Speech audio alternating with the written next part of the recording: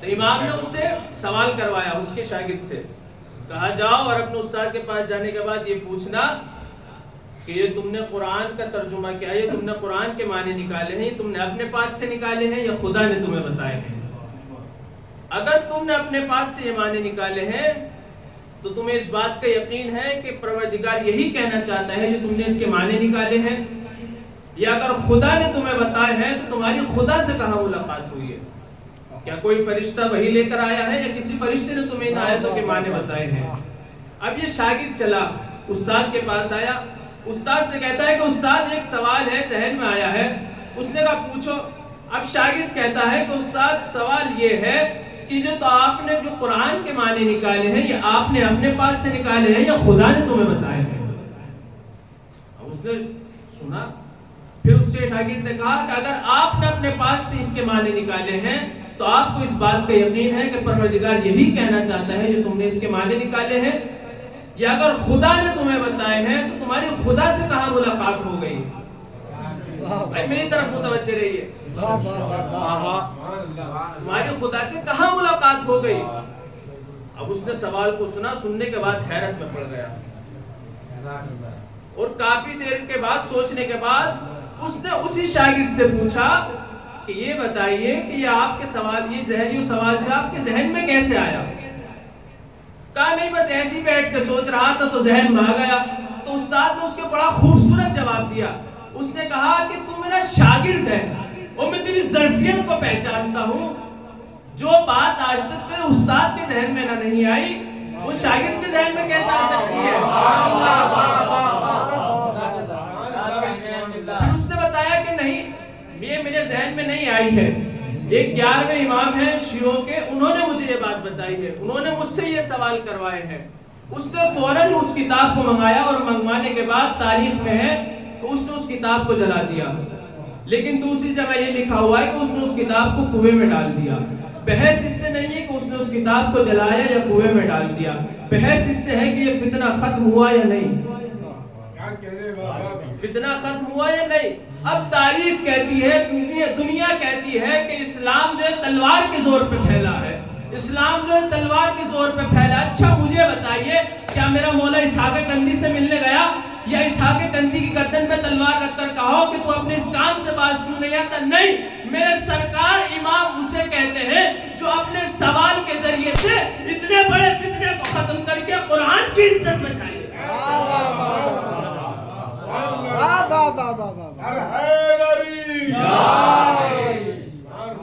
امام کی زبان میں اتنی تاثیر ہے، صرف سوال کروایا، سوال کے ذریعے سے اتنے بڑے فتنے کو ختم کر دیا اور قرآن کی عزت کو بچا لیا، اور دنیا والوں کو بتا دیا کہ دیکھو اگر قرآن کو سمجھنا ہے تو اس در پہ آ جاؤ، اگر قرآن کے اصلی معنی چاہیے تو تمہیں اس در سے متمسک ہونا پڑے گا۔ جملہ کہہ دوں، قرآن جو ہے تمہیں حسبنا کتاب اللہ والوں کے پاس نہیں ملے گا بلکہ ان تاریخ فیکم مستقلین والوں کے پاس۔ صلوات پڑھیں محمد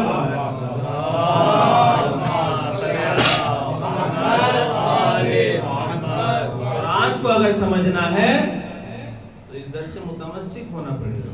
سبحان اللہ، یہ ہے میرے مولا کے، اور امام کی صرف خالی زبان میں تاثیر نہیں ہے بلکہ امام کے پورے وجود میں تاثیر ہے۔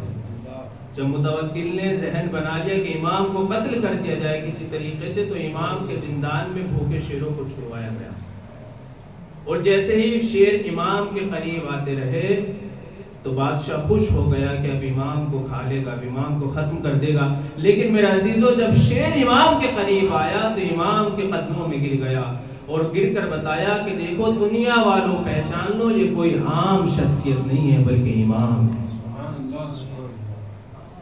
ان کی عظمت کو پہچانو۔ میرے مولا 11 جمادی الثانی سن 232 ہجری مدینہ منورہ میں پیدا ہوئے، اور میرے مولا کی کل عمر 28 سال رہی ہے، سب سے کم عمر میرے مولا کی رہی ہے اماموں میں۔ اور امام کے زمانے میں 5 بادشاہ بدلے گئے ہیں، 5 حاکم، اور 5 کے 5 حاکموں کی حکومت میں میرا مولا زندان میں تھا۔ اور ہر کسی کا یہی مقصد تھا کہ امام کو قتل کر دیا جائے، لیکن قتل نہ کر سکے۔ تو سمجھ میں آیا کہ 5 حاکم اور تخت و تاج ہونے کے بعد جسے قتل نہ کر پائے اسے امام کہتے ہیں۔ اور میرے مولا کو قتل کرنے کی 2 وجہ تھی۔ ایک وجہ تو یہ کہ لوگ امام سے جڑ رہے تھے، لوگ امام سے متمسک ہو رہے تھے۔ تاریخ بتاتی ہے کہ جب امام کا جنازہ اٹھا تو ابھی تک تاریخ امامت میں کسی کا ایسا جنازہ نہ اٹھا جیسا امام کا اٹھا۔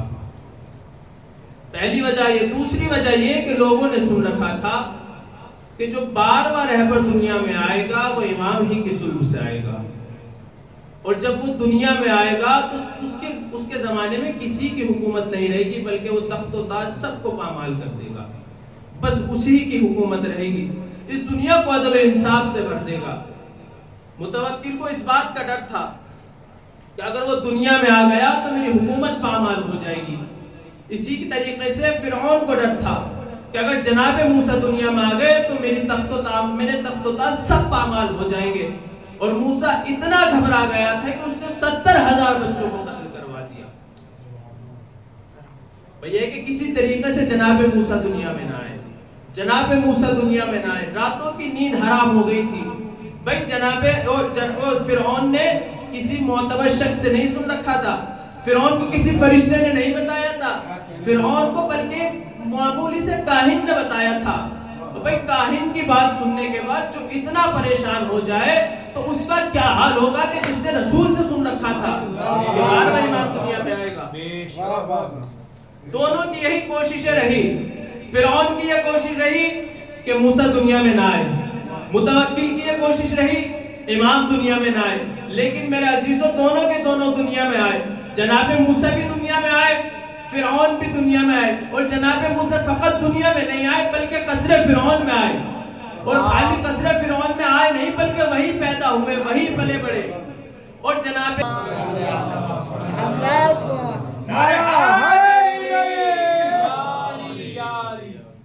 موسیٰ بھی دنیا میں آئے، اور ہمارا آخری امام بھی دنیا میں آیا۔ نہ تو فرعون موسیٰ کی آمد کو روک سکا، نہ امام زمانہ کی آمد کو متوکل روک سکا۔ دونوں کے دونوں دنیا میں آئے، اور دنیا میں آنے کے بعد جب موسیٰ کی آمد نہ روک سکا، جب فرعون ہونے کے بعد جناب موسیٰ کی آمد کو نہ روک سکا، تو بھلا متوکل فخر موسیٰ کی آمد کو کیسے روک سکا؟ بے شک صلوات پڑھیں محمد والے۔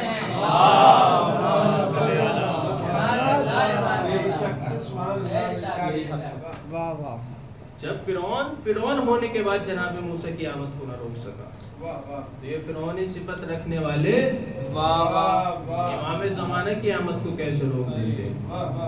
میرے عزیزوں، میرے مولا پہ بہت ظلم ہوئے، اور اتنے ظلم ہونے کے بعد بھی میرا مولا خاموش نہیں بیٹھا، بلکہ ہماری ہدایت کرتا رہا، لوگوں کو بتاتا رہا کہ دیکھو یہ قرآن ہے، قرآن کی مانو۔ میرا مولا کمسنی کا عالم ہے، 10ویں امام کا زمانہ ہے، 10ویں امام کا زمانہ ہے۔ اس وقت کے حاکم نے 10ویں امام کو بلایا، اور ساتھ میں میرا 11واں امام بھی میرے 10ویں مولا کے ساتھ گئے، اور جانے کے بعد جب اس نے بلایا تو 10ویں امام کو حاکم نے ڈرانا چاہا، اور ڈرانے کے لیے وہ اپنی حکومت دکھانے کے لیے ایک اونچے مقام پر لے کر گیا، اور لے جانے کے بعد اس کی پوری فوج صف میں کھڑی ہوئی تھی۔ اس نے اپنی فوج کی طرف اشارہ کر کے بتایا کہ دیکھ میرے پاس اتنی حکومت ہے، کہ دیکھ میرے پاس اتنا بڑا تخت و تاج ہے، کہ دیکھ میرے پاس اتنی بڑی فوج ہے، اگر میں انہیں اشارہ کر دوں تو یہ تجھے یہیں پر ختم کر دیں گے۔ میرا 11واں مولا بھی وہیں پر موجود ہے، لیکن میرے 11ویں مولا خاموش ہے۔ اب 10ویں امام نے 11ویں مولا کی طرف اشارہ کیا، 10ویں امام کچھ نہیں بولے، 10ویں امام خاموش ہے۔ 11واں مولا آگے بڑھا، حاکم وقت سے اشارہ کیا، حاکم وقت کو متوجہ کیا، اور متوجہ کرنے کے بعد بالکل اسی کے انداز میں اس کی حکومت کی طرف اشارہ کر کے دکھایا، اور جیسے امام نے اشارہ کیا، کیا دیکھا؟ اس کی کوئی فوج موجود نہیں ہے، کوئی موجود نہیں ہے۔ اب اس نے جیسے امام نے اشارہ کیا آسمان کی طرف اشارہ کیا تو آسمان پر بھی فوجیں نظر آنے لگی، زمین پر اشارہ کیا تو زمین پر بھی فوجیں نظر آنے لگی، اور پھر اس سے مخاطب ہو کر کہا یہیں نہیں اشارہ کر دوں تو تیری ساری فوج وہیں پہ ختم کر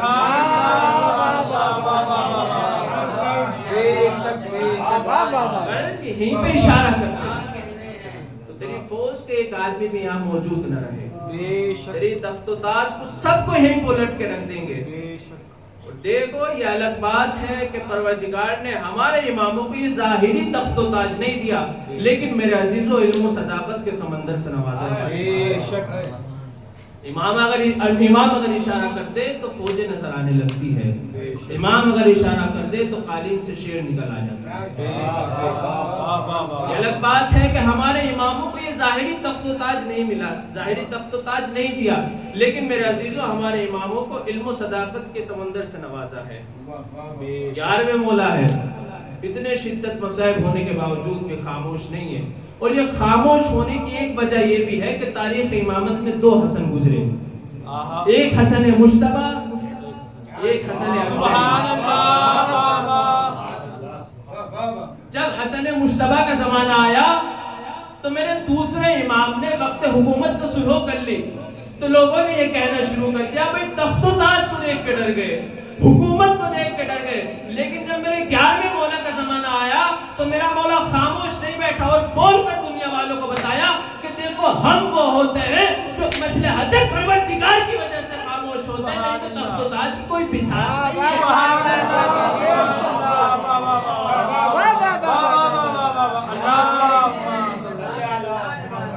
صلوات پڑھیں.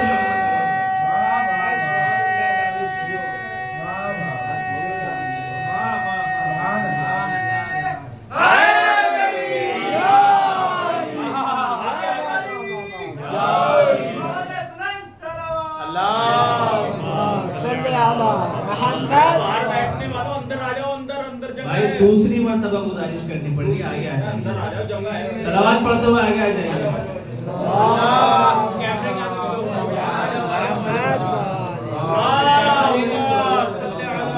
ایک اور باوازِ بلند صلوات پڑھیے.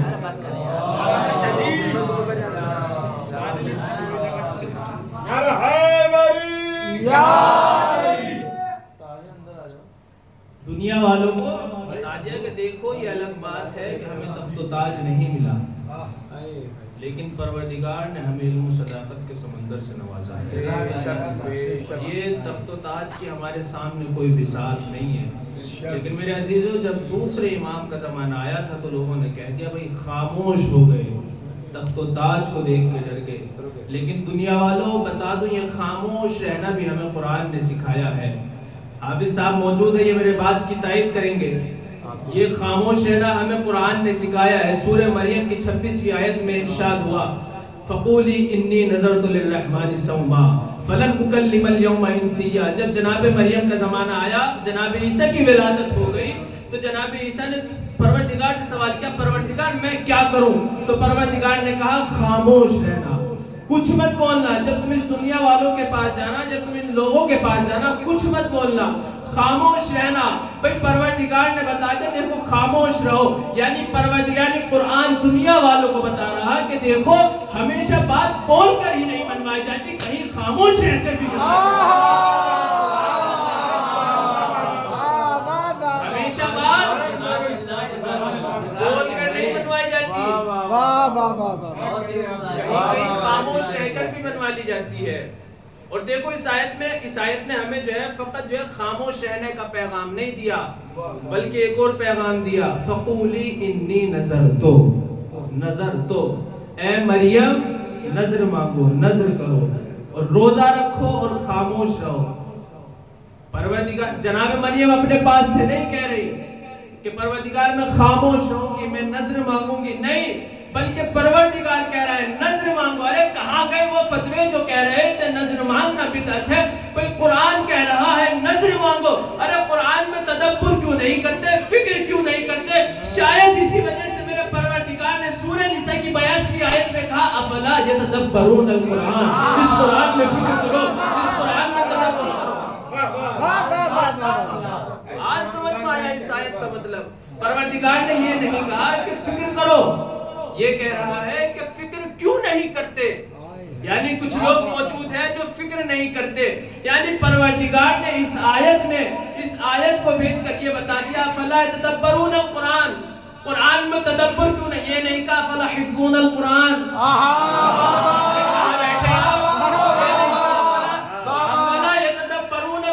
قرآن میں تدبر کیوں نہیں کرتے؟ یعنی پروردگار جانتا ہے کہ کچھ لوگ کائنات میں ایسے ہیں جو قرآن کو پڑھتے تو ہے، قرآن کو حفظ تو کرتے ہیں مگر تدبر نہیں. صلوات پڑھیں محمد وآل محمد.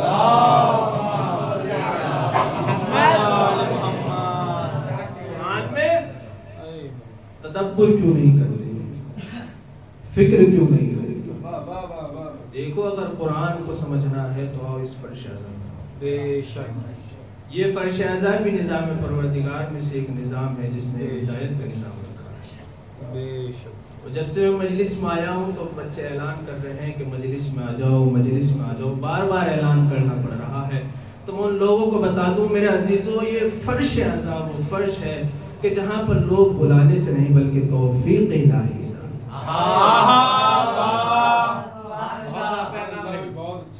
یہ فرش اعظم وہ فرش اعظم ہے کہ جہاں پر لوگ توفیق الہی سے آتے ہیں. موضوع سے ہٹ کر جملہ ہے لیکن کہہ دیتا ہوں بھئی یہ فرش اعظم جناب زینب نے ہمارے حوالے کیا ہی اس لیے ہے کہ تاکہ ہم قیامت تک کے ہر آنے والے آدم کے بیٹے ہر حوا کے بیٹوں کو بتائیں کہ دیکھو حق کیا ہے، باطل کیا ہے.